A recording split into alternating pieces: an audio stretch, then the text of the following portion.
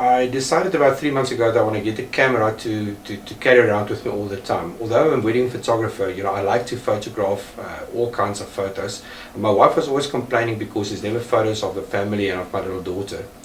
Because it's always difficult to take your DSLRs out and photograph them.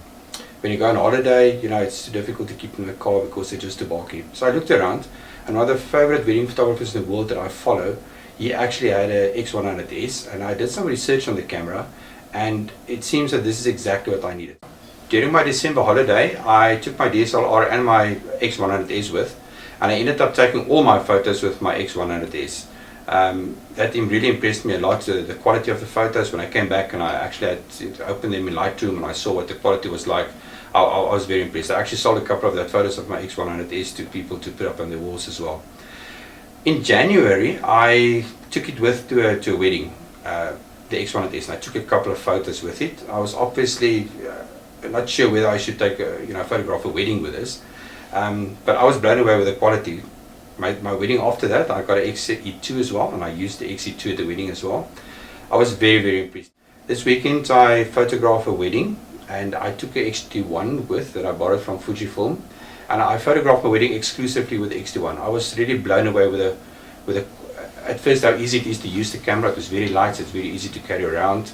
The electronic viewfinder was simply amazing. I had a 23mm lens on that, which I use a lot, at f1.4. That's also very nice because you always film at low light in weddings, and this camera is ideal for that. This is what I used to carry around, and after this weekend, this is what I'm carrying around now. Inside here I fit 2 X-T1s, 3 lenses and a flash, plus all the other stuff that I need. So much easier to carry around, very light. I must add as well that what I really like about the X-T1 is that all the controls at the top, you can change your ISO and your shutter speed and everything at the top. So it's so much easier to use than the traditional DSLRs that you use. During the course of the wedding, I used most of the lenses, 23mm and the 56 and the 50-200, which I've used at my wedding this past weekend. 23mm is very, very nice, and because it's got a very low f-stop, and very wide open at f1.4, it's very nice if you're photographing the dancing scenes and all the goings on at the wedding, and obviously there's always low light at the wedding, so it's ideal for that. The 56mm, I find it's very nice if I photograph some of the guests sitting at the tables. You don't want to get too close, you actually want to catch the guests while they're talking to each other, and so the 56mm is very nice because it's wide aperture as well.